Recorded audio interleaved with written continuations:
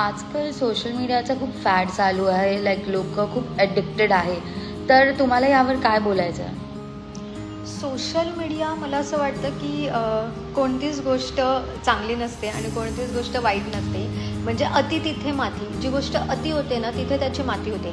मग सोशल मीडियाबद्दल पण असंच मला वाटतं की तुम्ही तो किती यूज करताय त्याच्यापेक्षा तुम्ही तो कशासाठी यूज करता आहात. जर तुम्ही चांगल्या गोष्टींसाठी यूज करत आहात, तुमच्या करिअरसाठी किंवा तुम्हाला काहीतरी त्याच्यामध्ये शोधायचं आहे, तर social media is best platform.